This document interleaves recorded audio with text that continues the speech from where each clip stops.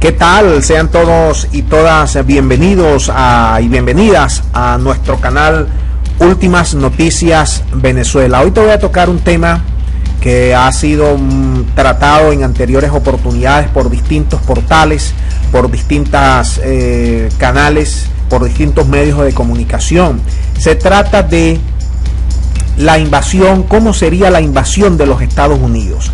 Y te voy a decir que este es un tema en el cual lo estoy sacando, lo estoy reflotando, porque el experto director del Centro Latinoamericano y del Caribe, Kimberly Green, es de nombre Frank Mora, es un ex oficial del Pentágono que elaboró un artículo para la prestigiosa revista norteamericana o estadounidense Foreign Affairs, y él allí traza varios escenarios de lo que pudiera ser una invasión de Estados Unidos a Venezuela.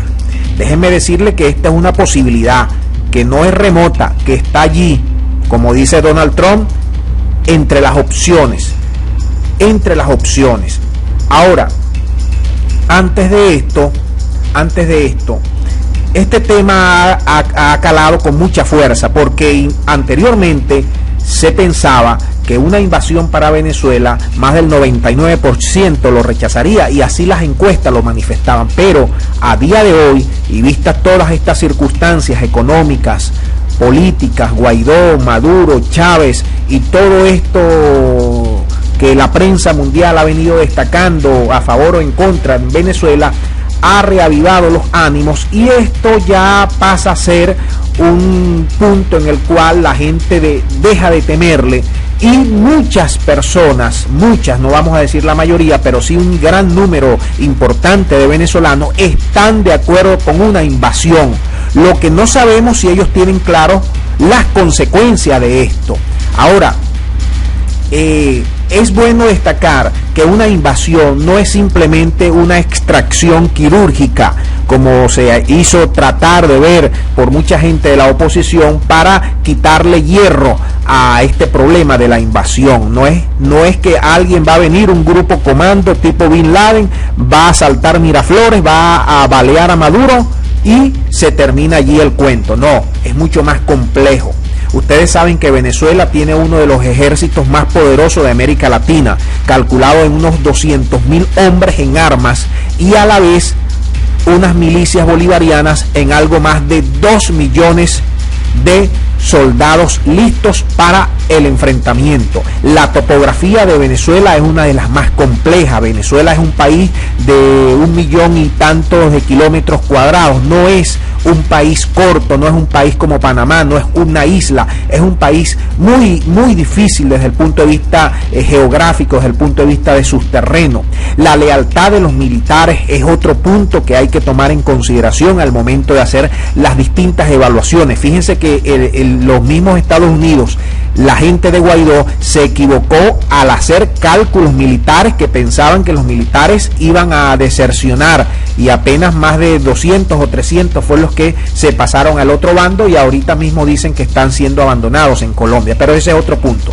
Ahora, este experto del Pentágono, que sabe muy bien cómo se dan este tipo de escenarios, que los ha trabajado, que los ha perfeccionado, que los ha vivido indirecta o directamente trabajando para el Pentágono en la época de Barack Obama, él dice que hay dos formas de atacar, de invadir Venezuela. Una sería por medio de bombardeos de precisión, lo que él llama bombardeos de precisión, y la otra como una invasión a gran escala.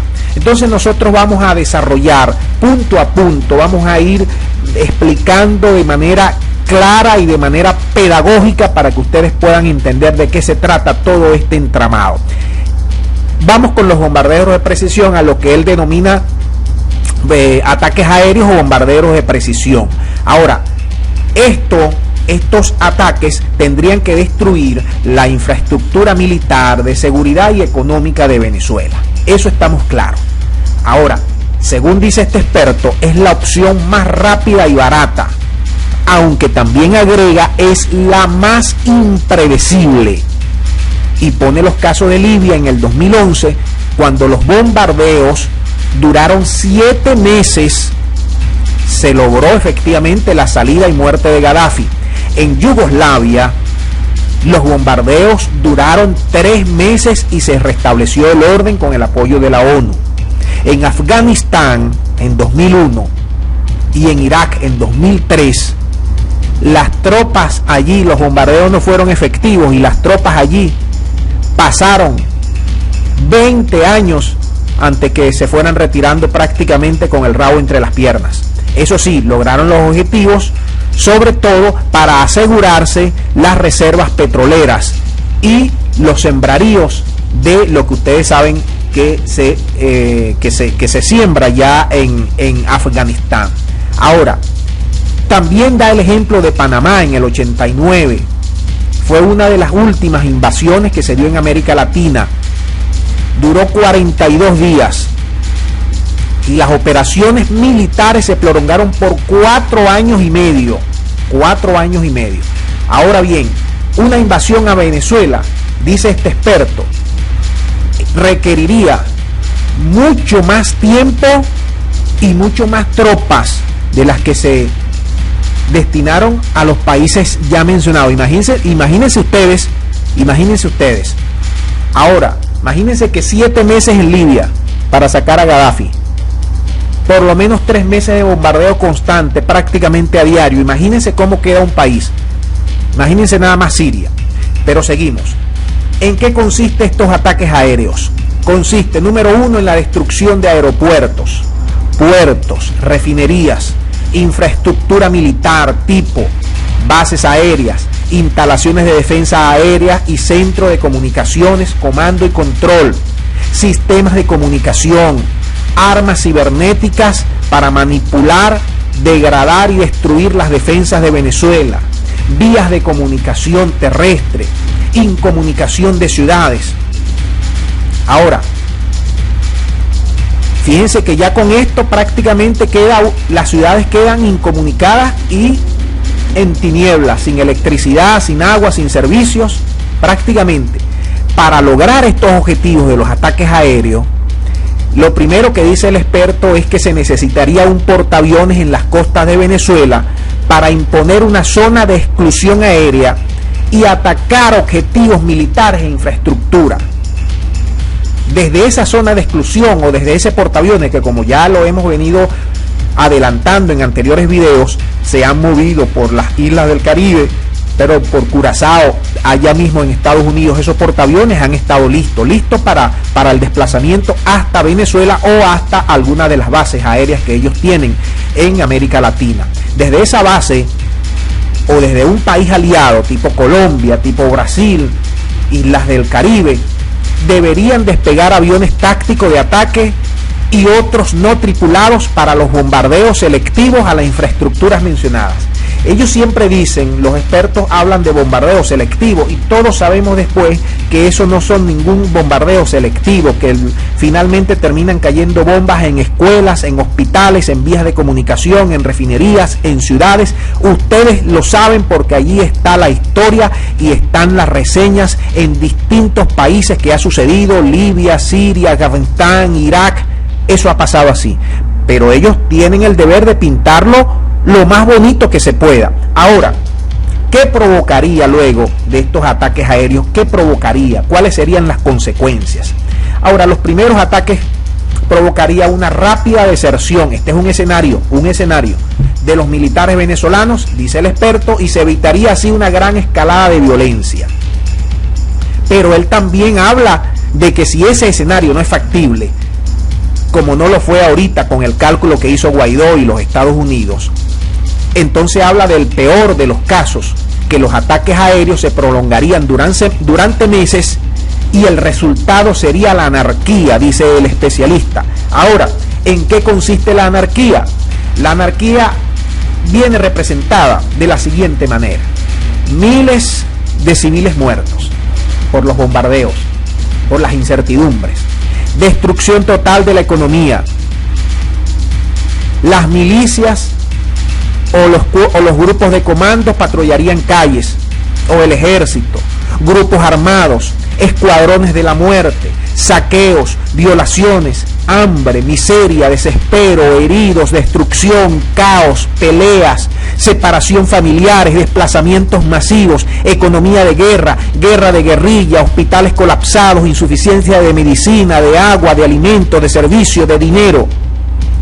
Este es un escenario que se ha vivido en otros países, Irak, Siria, Libia. No lo estoy inventando. Se ha vivido de acuerdo a esa anarquía que el mismo especialista en este tema militar lo plantea, es decir, el caos tal como sucedieron en los países mencionados.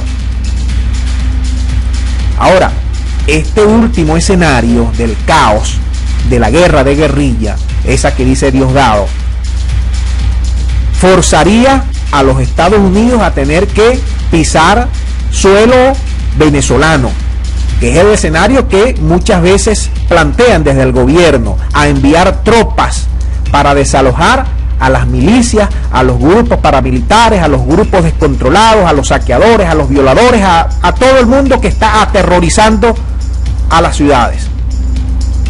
El experto dice que a raíz de la dificultad de la operación y la compleja geografía del país, las tropas estadounidenses podrían permanecer en Venezuela mucho tiempo más que los pocos meses que tenían previsto. Es decir, aquí él está descartando y está desalojando, dejando de lado toda esa invención de una extracción quirúrgica, del balazo a Maduro en la cabeza y cosas por el estilo, y que ya los militares saldrían corriendo. Este es el escenario más propenso a que suceda, y es el escenario para el cual Maduro, Cabello y Padrino se han estado preparando en los últimos años, porque ellos ven factible este escenario. Ahora, está también dentro de ese escenario la invasión a gran escala, que sería el punto número 2, que él decía, los bombardeos o la invasión a gran escala. Y para ello se necesitaría, según el experto, unos 150.000 uniformados estadounidenses o de los países aliados para hacer frente a las tropas venezolanas y a los 2 millones de milicianos. Dice que en el caso más exitoso, el ejército venezolano se retiraría rápidamente y Maduro y su círculo más cercano huirían sin luchar. Las fuerzas de seguridad cubanas y rusas abandonarían sus puestos. Tras el colapso de la dictadura, Estados Unidos mantendría solo un número limitado de soldados para apoyar las fuerzas venezolanas a restablecer el orden. Ese es el mejor escenario, pues. Ahora, lo que sí dice el especialista, que cualquier escenario, en cualquier escenario, sea a gran escala, ataques aéreos, penetración en el territorio, cualquiera de los escenarios planteados para una invasión a Venezuela para el uso de la fuerza, los Estados Unidos deberían hacer frente a una campaña larga y difícil para estabilizar Venezuela.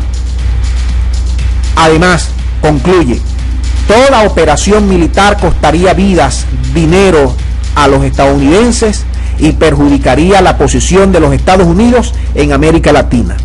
Ahora se entiende mejor por qué Donald Trump, pese a que ha venido dejando entrever que todas las opciones están sobre la mesa, él no quiere una intervención militar, y máximo cuando está en su campaña de reelección para el próximo año. No lo quiere porque ya le han leído esta cartilla, le han mostrado los escenarios, han corrido escenarios de prueba, de factibilidad, y se han dado cuenta que la cosa no es mantequilla. No va a ser fácil desalojar a Maduro del poder con el uso de la fuerza. No lo va a hacer. Y nosotros lo hemos dicho, ese sería el peor camino que tomaría Estados Unidos, porque doblegaría al pueblo venezolano a enfrentarse entre sí a una guerra que no ha solicitado. Que la ha solicitado una minoría por redes sociales es muy diferente a que la solicite los 30 millones y algo más de habitantes que somos en Venezuela. De 30 millones, pongamos que 1 millón pida la intervención, o 2 millones a lo sumo pida la intervención de los Estados Unidos, no representa la totalidad de la población, y aun cuando representase la totalidad de la población sería el peor escenario, porque la destrucción sería masiva y pasaría décadas y décadas para reconstruir este país, y así lo estamos viendo en Irak, un país petrolero. 20 años después no lo han podido reconstruir. Libia, un país petrolero como Venezuela, no lo han podido destruir, picado en 3 toletes. Irak también picado, donde las mismas autoridades de Irak no han podido hacer frente a la guerra de guerrilla que todavía aún permanece entre los distintos grupos de facciones religiosas que allí hacen vida. Así que piénsenlo bien, vean si ustedes o muchos de ustedes que le piden a Guaidó que presione a la comunidad internacional y Estados Unidos para un ataque militar, para un uso de la fuerza, bueno, hemos contribuido con estos escenarios, con especialistas, con información procesada, contrastada, para que usted saque conclusiones y pueda tener claridad en lo que significa un escenario como este. Déjenos sus puntos de vista, si está de acuerdo con la invasión, si está de acuerdo con mantener diálogo, si está de acuerdo cuáles serían las vías para desatar este nudo gordiano que tenemos en Venezuela y llegar a entendimiento entre los venezolanos y buscar la prosperidad entre todos. Muchas gracias y hasta la próxima.